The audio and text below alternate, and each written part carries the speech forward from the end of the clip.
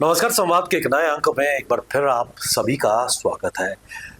दोस्तों, हम सब जानते हैं कि 23 अक्टूबर से जम्मू कश्मीर का विधानसभा का सत्र श्रीनगर में होने जा रहा है। 7 दिन का सत्र इसलिए भी महत्वपूर्ण है क्योंकि 24 अक्टूबर को राज्यसभा के इलेक्शंस भी होने जा रहे हैं, जिसको लेकर राजनीतिक सरगर्मियां चल रही हैं। लेकिन ये सेशन महत्वपूर्ण कुछ बिलों को लेकर है, प्राइवेट मेंबर बिल्स की अगर बात करें, जहां नेशनल कॉन्फ्रेंस और पीपल्स डेमोक्रेटिक पार्टी कहीं ना कहीं इस सेशन में ये प्रयास कर रही है कि वो कश्मीर के अवाम की वेल विशर है और इसको लेकर 2 प्राइवेट मेंबर बिल्स लाने जा रही है। नेशनल कॉन्फ्रेंस भी और पीपल्स डेमोक्रेटिक पार्टी भी। और लगातार जो पीडीपी की तरफ से जो बिल आ रहा है, एंटी बुलडोजर बिल और लैंड ग्रांट्स बिल को लेकर नेशनल कॉन्फ्रेंस सामने आ रही है। कुल मिलाकर इसके पीछे मंशा ये है कि कोई भी व्यक्ति अगर, जो पीडीपी का मानना है कि 30 साल से ज्यादा किसी प्रॉपर्टी पर रह रहा है तो वो प्रॉपर्टी का उसको मालिकाना हक मिल जाना चाहिए। पिछले कुछ समय से लगातार कश्मीर घाटी में, खासकर गुलमर्ग में, जितने 50 से ज्यादा होटल्स की अगर बात करें, पिछले काफी समय से लीज पर चल रहे थे। उनकी लीज एक्सपायर हो गई थी और अब उनके जो लीज होल्डर्स थे आज कहीं ना कहीं शंका में हैं और क्या उनकी लीज एक्सपायर होने के बाद रिन्यू हो पाएगी, बड़ा प्रश्न चिन्ह, क्योंकि इसके पीछे एक प्रॉपर रूल्स हैं। लेकिन क्या कश्मीरी पंडित विस्थापितों की अगर बात करें, एक लंबे अरसे से पलायन का जीवन जीने पर मजबूर है, उनकी प्रॉपर्टीज भी वहां पर है, बेशक उनको सुनिश्चित करने का प्रयास किया जा रहा है, लेकिन इस तरह के बिल एक शंका, एक डाउट कश्मीरी पंडित समुदाय के मन में भी पैदा कर रहे हैं। क्या वाकई इन प्राइवेट मेंबर बिल्स का प्रभाव कश्मीरी पंडितों की जो जमीनें वहां पर हैं उन पर भी पड़ता नजर आएगा? इन सब मुद्दों पर बात करने के लिए हमारे साथ जुड़ चुके हैं पन्नून कश्मीर के चेयरपर्सन डॉक्टर अजय श्रवोली। स्वागत है सर आपका। नमस्कार सर, सबसे पहले एक बड़ा सवाल निकल के सामने आ रहा है कि मंशा पीपल्स डेमोक्रेटिक पार्टी और नेशनल कॉन्फ्रेंस की इन 2 बिलों से क्या नजर आती है? देखिए, 2 बिल्स हैं। जो पीडीपी की बिल है, जिसको वो एंटी बुलडोजर बिल बोलते हैं, वो है Jammu and Kashmir land rights and regularisation bill 2025। और नेशनल कॉन्फ्रेंस की जो बिल है वो है J&K land grants restoration and protection bill 2025। अच्छा, जहां तक नेशनल कॉन्फ्रेंस की बिल है, वो 2022 में जो, जिसको आप कहेंगे लैंड ग्रांट रूल्स एक्ट 2022 का, जिसके कारण जो 1960 से एक सिलसिला चलता आ रहा था, वहां पे लीज को लेके, जो लीज पे ली हुई प्रॉपर्टीज को लेके जो एक रूल चल रहा था, वो खत्म हो रहा। तो नेशनल कॉन्फ्रेंस बेसिकली जो 2022 का ये गवर्नमेंट की तरफ से लैंड, जिसको कहें लैंड ग्रांट्स रूल्स एक्ट जो है, उसको रिपील करना चाहती है। लेकिन पीडीपी 2 कदम उससे आगे जा रही है। वो चाहती है कि पिछले 30 साल में सिर्फ लीज वाला एरिया ही नहीं, जो भी कहीं पे किसी के कब्जे में कोई जमीन हो, प्रॉपर्टी हो, इलीगली हो, जिसकी ओनरशिप उसके पास नहीं है, उसको वो ओनरशिप दे देनी चाहिए। तो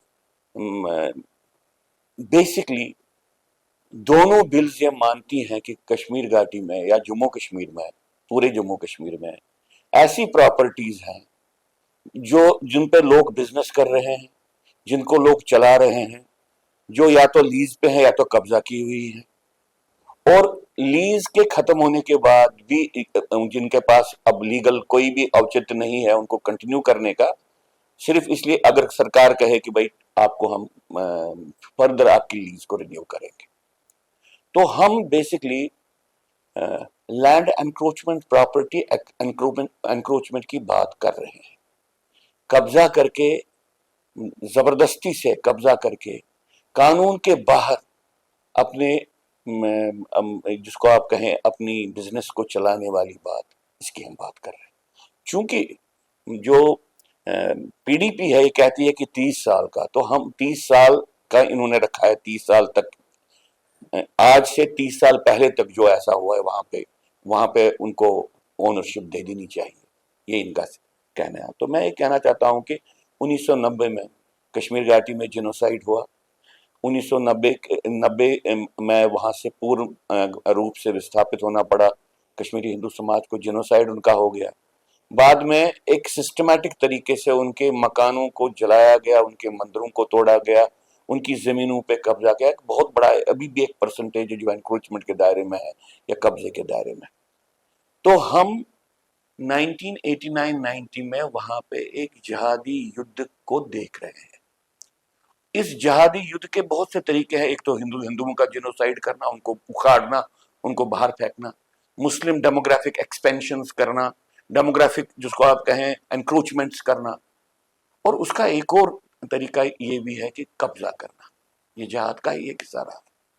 कश्मीरी हिंदुओं के घरों से उनके उनके घर की जो रोजमर्रा की चीजें हैं, उनके कपड़े हैं, उनके लिहाफ हैं जो वो ओढ़ते थे, उनकी कंबलें हैं, उनके बर्तन हैं, 2-3 साल तो वो ओपन मार्केट में बेचे गए। तो जो 2000 के अराउंड, या आप मान लीजिए 1990 में हुआ, 1990 1994 में एक प्रक्रिया शुरू हो गई। जो लोग भाग गए उनकी जमीनों पर कब्जा करना, उनकी प्रॉपर्टीज पे कब्जा करना, उनके घरों को लूटना और डेमोग्राफिक एक्सपेंशन को आगे ले जाना। और डेमोग्राफिक एक्सपेंशन को आगे ले जाने वाली जो प्रक्रिया थी वो कब्जा करके गवर्नमेंट की कंसेंट से, पॉलिटिकल लीडर्स की सहमति से कब्जा करना और फिर ये आशा करना कि ये अलाउ कर दिया जाएगा। ये प्रक्रिया शुरू, ये इंटेग्रल कंपोनेंट इस जिहादी वॉर का था। जब महबूबा मुफ्ती बोल रहे हैं कि उनको अब दे दिया जाए, ये जिसको बहुत समय से हमने ही कहना ही शुरू कर दिया था ये लैंड जिहाद है। तो ये लैंड जिहाद का ही या प्रॉपर्टी जिहाद का एक हिस्सा है जो अभी चल रहा है। और इकोनॉमिक लॉजिक, जिस तरह से रोशनी एक्ट को, जिसको बाद में हाई कोर्ट ने निरस्त कर दिया, वो भी ये था कि भाई आप जिन लोगों ने कब्जा किया है उनको आप वहां से नहीं निकालो। इवन इंस्ट्रक्शंस थी पुलिस को, बाकी लोगों को, कि भाई आप अगर आपको कहीं पे भी इवैक्यूएट करना है तो पहले आपको ट्राइबल अफेयर्स डिपार्टमेंट्स को पूछना है, उनसे इजाजत लेनी है, तब तक आप नहीं कर सकते हैं। तो रोशनी एक्ट में उनको कहा गया कि भाई आप नॉमिनल प्राइस लेके इसके मालिकाना आप हक मिल जाएंगे, जिसको कोर्ट ने निरस्त किया। वो भी जिसको आप कहे लैंड जिहाद या जिसको आप कहें इकोनॉमिक जिहाद का एक हिस्सा था। ये भी मुझे क्लियरली लग रहा है ये उसी का हिस्सा है। उन्हीं कवाटर्स को प्लेकेट करने की बात है, उन्हीं लोगों को फायदा पहुंचाने की बात है, और उन्हीं लोगों को ये बताने की बात है कि भाई राजनीतिक तंत्र के भीतर से, चाहे हम सरकार में हैं या सरकार के बाहर हैं, तो हम आपकी मदद करेंगे। और वो प्रक्रिया चल रही है। लेकिन सबके बीच ये मामला सामने क्यों आया? क्योंकि नीडोज होटल की अगर बात करें, जिसके तार नेशनल कॉन्फ्रेंस उमर अब्दुल्ला फैमिली से जुड़े हुए हैं, 1985 लगभग कभी जो 55 होटल्स वहां पर इस वक्त गुलमर्ग में है, उनकी लीज 1985 से एक्सपायर हुई है, लेकिन उसके बावजूद वो चलते नजर आ रहे हैं। क्योंकि प्रक्रिया ये कहती है कि ओपन ऑक्शन किया जाएगा पैन इंडिया बेसिस पर इन प्रॉपर्टीज का। क्योंकि अगर देखा जाए ये पॉश एरिया है, गुलमर्ग के हॉटस्पॉट्स हैं और टूरिज्म का हब गुलमर्ग है, और खासकर ये कहीं ना कहीं पिंचिंग हो रही है जो लीज होल्डर्स इनके थे, और शायद यही कारण है कि नेशनल कॉन्फ्रेंस भी इस तरह का बिल लेके सामने आ रही है।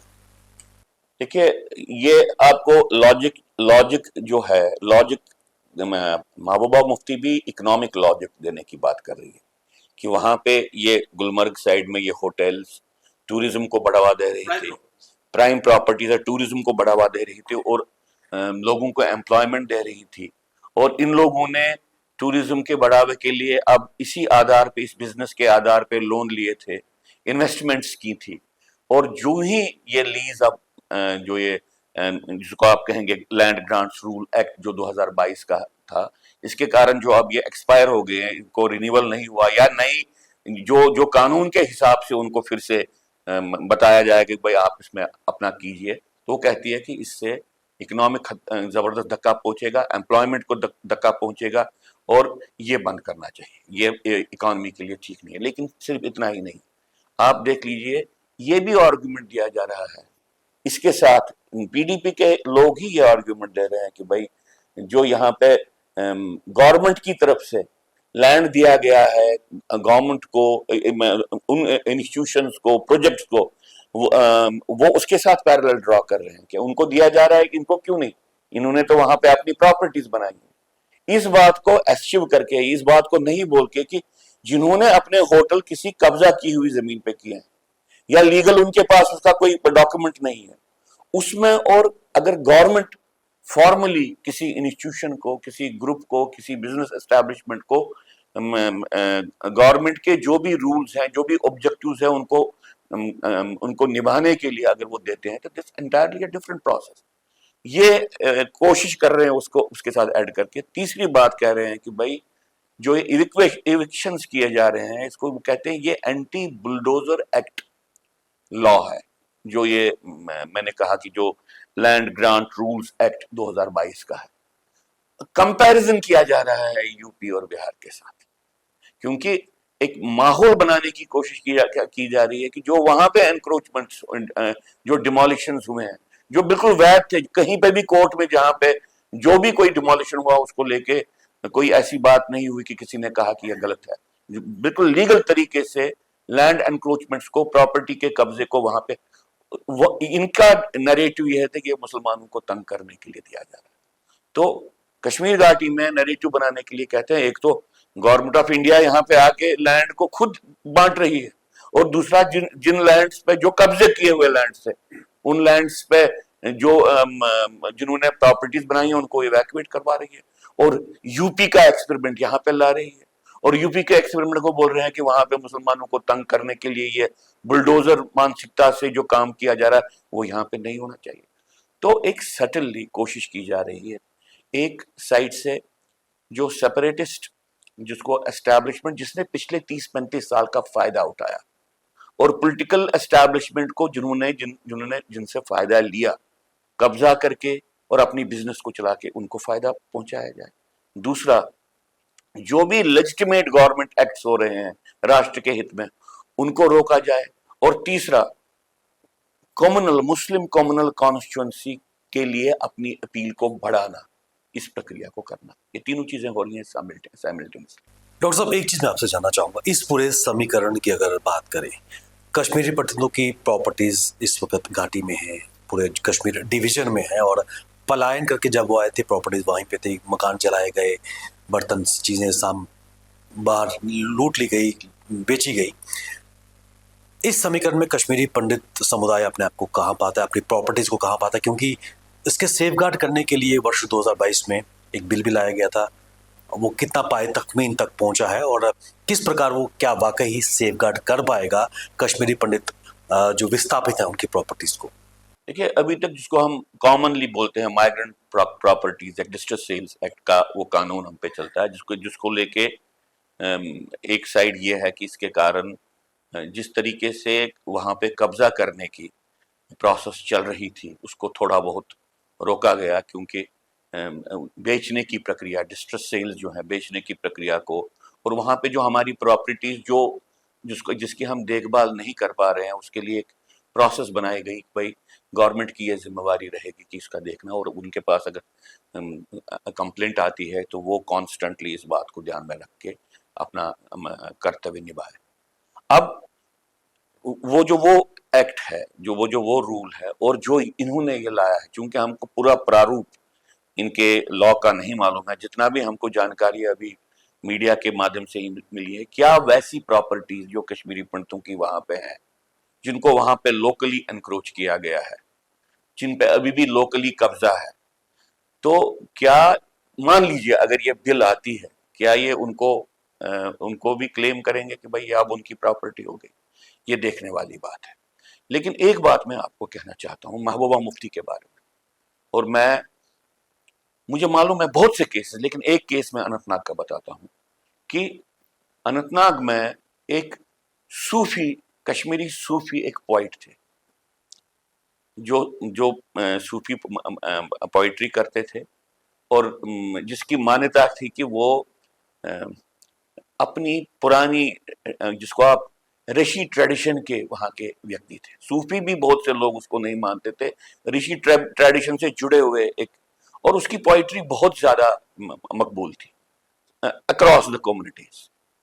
तो जो वो कह रहे थे भाईचारे की बातें, जो वो कह रहे थे, जिसमें धर्म से ऊपर उठ के अपने जीवन को चलाने वाली बातें, ऐसी सीख थी, तो उसको कुफार दिया गया। वहां की जो रिलीजियस लीडरशिप है उसको बोला कि भाई ये अब काफिर बन गया है। तो वो बहुत डर गया उस वक्त। अभी मैं ये तब की बात बोल रहा हूँ, अभी मिलिटेंसी ने पकड़ नहीं ली उसे। मिलिटेंसी की पकड़ से पहले वो बहुत ज्यादा घबरा गया। तो वो अपने अपने कश्मीरी पंडित मित्र जो उसी एरिया में रहता था, जिसकी अपनी जमीन थी, तो उसको उसके घर गया और उसको बोला कि भाई देखो, मेरे लिए तो इन्होंने कुफार दिया है, मैं कल को अगर मर जाता हूं तो ये मेरी लाश को नॉर्मल जहां पे कब्र का स्थान था वहां पे दफन करने नहीं देंगे। तुम मुझे अपने लैंड में कुछ जमीन दे दो जहां पे मेरे मरने के बाद मेरे घर वालों को प्रॉब्लम नहीं हो जाए कि भाई वो कहां पे मेरी लाश को दफन करे। तो इसके मित्र ने बोला कि मैं तुम्हारे नाम जमीन करता हूं कुछ। आपस में इनका प्रेम भाव था। तो फिर क्या हुआ, ये सिलसिला चला। वहां पे उसकी कब जब वो मर गए, सुधार गए, मतलब स्वर्ग को सुधार गए, तो उसके बाद इन्होंने वहां पे उन्होंने उसकी कब्र रह गई। तो ये जो कब्र का निर्माण हुआ हिंदू लैंड पे, और पीछे स्पिरिट ये था। महबूबा मुफ्ती के गवर्नमेंट में उन्होंने कहा कि भाई अब हम सूफीज्म के नाम पे या सूफी या सेकुलरिज्म के नाम पे इस सारे लैंड को प्रोक्योर करेंगे। जो सारा लैंड किसका था? हिंदू का था। सामने ये था रखा कि हम एक सूफी, जिसको आप कहें लीडर, या एक सूफी एक पॉइंट के नाम से यहां पे स्मारक बनाएंगे, लेकिन पीछे से मंशा थी कि इस कश्मीरी पंडित की सारी लैंड को हड़प करना। जहां पे वो कब्र बनी थी उसके पीछे जो स्पिरिट था वो भाईचारे का स्पिरिट था। जो लोग भाईचारे के नाम पे ये कर रहे थे वो बेसिकली हिंदू की जमीन को ही हड़प करना चाहते। ऐसे बहुत से उदाहरण है कि अपेरेंटली एक सेकुलर, जिसको आप कहें आर्ग्यूमेंट कार्व आउट करके, एक मुस्लिम कम्युनल पॉलिटिक्स को आगे चलाने वाली बात, इसमें सबसे अग्रणी रही है पीडीपी। एक चीज महत्वपूर्ण मैं आपसे जानना चाहूंगा, ये जो पोस्चरिंग हो रही है, एक प्राइवेट मेंबर बिल्स पीडीपी ला रही है, नेशनल कॉन्फ्रेंस ला रही है, कहीं ना कहीं एक भय, एक संशय, एक डाउट कश्मीरी पंडित विस्थापितों के मन में निश्चित तौर पर पैदा तो हुआ है। देखिए, और खासतौर से हम पीडीपी को लेके ये समझते हैं कि ब्रेजनली भी ये कर सकते हैं, जिससे ऐसी बातें जिससे हिंदुओं को नुकसान पहुंचे ओपनली करेंगे। भाई तो है, हमारी एक्सपीरियंस है, हमको मालूम है। मैंने जैसे अपने ओपनिंग इसमें कहा कि भाई हमारे स्कूलों को कब्जा किया गया, हमारे मंदिरों को तोड़ा गया, हमारे घरों को इंक्रोच किया गया, कब्जा किया गया, ये प्रक्रिया चलती रही। हमारे घरों की रोजमर्रा की चीजों को बेचा गया, ओपनली बेचा गया। ये प्रक्रिया हमको मालूम, और हमको ये भी मालूम है कि वहां पे अभी भी एनक्रोचमेंट्स हैं, और इसके तहत वो उसके दायरे में आ सकते हैं। अब इतना ही है कि जब ये बिल बहस में आ जाएगी, इसका जो सही प्रारूप हमारे सामने आएगा, उस वक्त जो भी प्रोटेक्शन एग्जिस्टिंग लॉ के तहत हमको मिल रही है उसके साथ प्रॉपरली थॉरोली कंपेयर हम कर सकते हैं। लेकिन ये अंदर से जो आप कहते हैं बाय, ये बाय तो है, क्योंकि हमको मालूम है कि नेशनल कॉन्फ्रेंस भी और पीडीपी भी इस बात को नहीं मानती है कि कश्मीरी हिंदू का जीनोसाइड हुआ, इस बात को नहीं मानते हैं कि रिलीजियस क्लींजिंग हो गई। इस बात को भी वो कहते, महबूबा मुफ्ती तो कहती है कि भाई जो ये रिलीफ का सिलसिला सबसे जो नीडेड फैमिलीज के लिए है, ये इंसेंटिव नॉट टू रिटर्न का है, उसका ह्यूमैनिटेरियन मेजर भी। अब she is on record of having said that.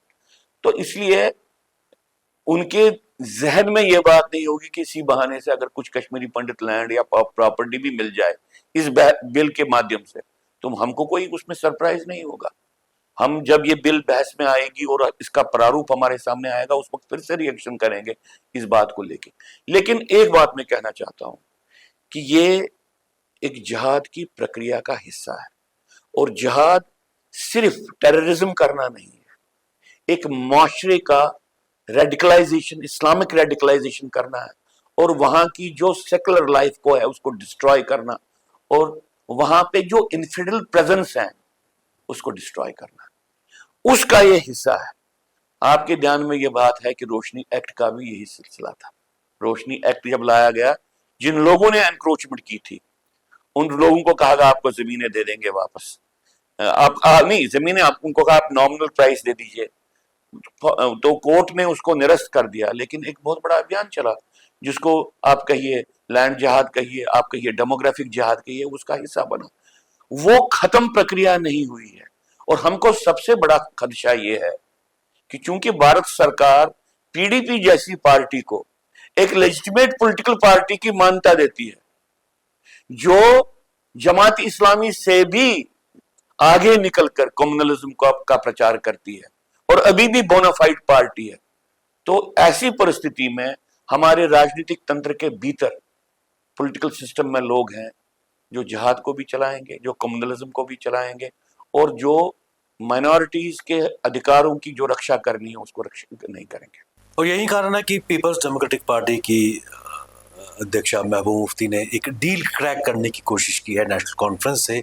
उन्होंने कहा कि हम राज्यसभा के मतदान में नेशनल कॉन्फ्रेंस को समर्थन देंगे, बशर्ते कि नेशनल कॉन्फ्रेंस इस जो सदन में जो बिल नेशनल पीडीपी लाएगी उसको नेशनल कॉन्फ्रेंस पास करने में समर्थन दे। यानी कि एक बार्टर और एक डील क्रैक करने का प्रयास किया जा रहा है। दोनों चीजें हैं। एक साइड से ये बताने की कोशिश की जा रही है कि हम बहुत रीजनेबल हैं और आपको हम सपोर्ट करेंगे अगर आप हमारी बिल को सपोर्ट करेंगे, लेकिन ये जानते हुए कि नेशनल कॉन्फ्रेंस ने ऑलरेडी अपने तरफ से भी एक बिल लाई है, वो भी शायद प्राइवेट मेंबर्स बिल ही है, तो एक प्रतिस्पर्धा है, कंपटीशन है। कौन ज्यादा सेपरेटिस्ट एस्टैब्लिशमेंट को फायदा दे सकता है, कौन ज्यादा मुस्लिम कम्युनल फोर्सेस को अपीज कर सकता है, ये प्रतिस्पर्धा नेशनल कॉन्फ्रेंस और पीडीपी के बीच जो राजनीति है उसका एक प्रमुख लक्ष्य, वो प्रमुख आप उसके फीचर कहिए, प्रमुख क्वालिटी है competitive secessionism, competitive separatism, competitive communalism, ये उसका एक हिस्सा है। और महबूबा मुफ्ती दोनों रीजनेबल बन के बेसिकली लोगों को ये बता रही है कि भाई जितना मैं कर सकती हूं राजनीतिक तंत्र और डेमोक्रेटिक सिस्टम के बीच में, जितना मैं फायदा आपको पहुंचा सकती हूँ, सेपरेटिस्ट एस्टैब्लिशमेंट को पहुंचा सकती हूँ, उतना नेशनल कॉन्फ्रेंस में क्षमता नहीं है। डॉक्टर साहब, बिल्कुल संक्षेप में चलते चलते मैं आपसे जानना चाहूंगा, क्या आपको लगता है कि ये जो मूव नजर आ रहा है कश्मीर सेंट्रिक पॉलिटिकल पार्टी चाहे पीडीपी की अगर बात करें, वो क्योंकि ये तस्वीर हमने हजरतबल में भी देखी थी, भारत के राष्ट्र चिन्ह पर जो प्रहार वहां देखने को मिला था, क्या ये सब शो करके उन अलगाववादी तत्वों को जो राख के ढेर में चिंगारी उनको हवा देने का प्रयास पीडीपी और नेशनल कॉन्फ्रेंस कर रही है? दोनों कर रही हैं, और वो ये नहीं समझते हैं कि वो अभी राख बन गए हैं। वो समझते हैं कि सेपरेटिस्ट एस्टैब्लिशमेंट के पास इतना पावर है कि अगर उनको अपीज किया जाए वो उनके पावर को कंसोलिडेट करवा सकती है। नेशनल कॉन्फ्रेंस भी इसके बारे में क्लियर है, पीडीपी भी इसके बारे में क्लियर है। नेशनल कॉन्फ्रेंस की कमिटमेंट भी सेपरेटिस्ट गोल्स के साथ है, पीडीपी की कमिटमेंट भी सेपरेटिस्ट गोल के साथ है। और जो ये राजनीति चल रही है, इतना ही है इसमें कि राजनीतिक तंत्र को, डेमोक्रेटिक सिस्टम को अंदर से इस्तेमाल करके अलगाववाद के डिस्पोजल पे रखने की प्रक्रिया का एक हिस्सा है, उस अभियान का एक हिस्सा है। तो सबसे बड़ा चैलेंज जो गवर्नमेंट ऑफ इंडिया को है, वो चैलेंज ये है कि भाई जो political parties legitimate political space को यूज करके सेपरेटिज्म को बढ़ा रही है, उनको स्पेस क्यों, government of India legal space क्यों दे? मैं तो समझता हूं कि बहुत सी ऐसी एक्टिविटी हुई है। अगर गवर्नमेंट ऑफ इंडिया कमीशन लगाएगा कि भाई पीडीपी की एक्टिविटी पिछले 5 साल क्या रही है, किन लोगों से मिलते हैं, कौन सी बातें करते हैं, किन इश्यूओं को लाते हैं, तो वो इस निष्कर्ष पे पहुंचेंगे कि इस पार्टी का औचित्य ही नहीं बनता है नॉर्मल पॉलिटिकल सिस्टम में रहने का। और अगर ये स्टेप गवर्नमेंट ऑफ इंडिया नहीं लेती है, वो अलाउ करती है, आप देखेंगे इस प्रतिस्पर्धा में नेशनल कॉन्फ्रेंस और पीडीपी दोनों आगे चल के एक ऐसा अभियान भारत के खिलाफ ले जाएंगी जिसकी कल्पना शायद भारत राज्य के या भारत सरकार के जो स्ट्रेटेजिक एक्सपर्ट्स भी अभी नहीं कर पा रहे हैं। डॉक्टर जंगू, आप हमारे साथ कार्यक्रम में आए और खासकर जम्मू कश्मीर में किस प्रकार कश्मीर सेंट्रिक पॉलिटिकल पार्टी एक बार फिर विभाजनकारी नीतियां लाने का प्रयास कर रही हैं और जम्मू कश्मीर के माहौल को खराब करने का प्रयास कर रही हैं, उस पर आपने अपने इनसाइट दिया। आपका बहुत बहुत धन्यवाद।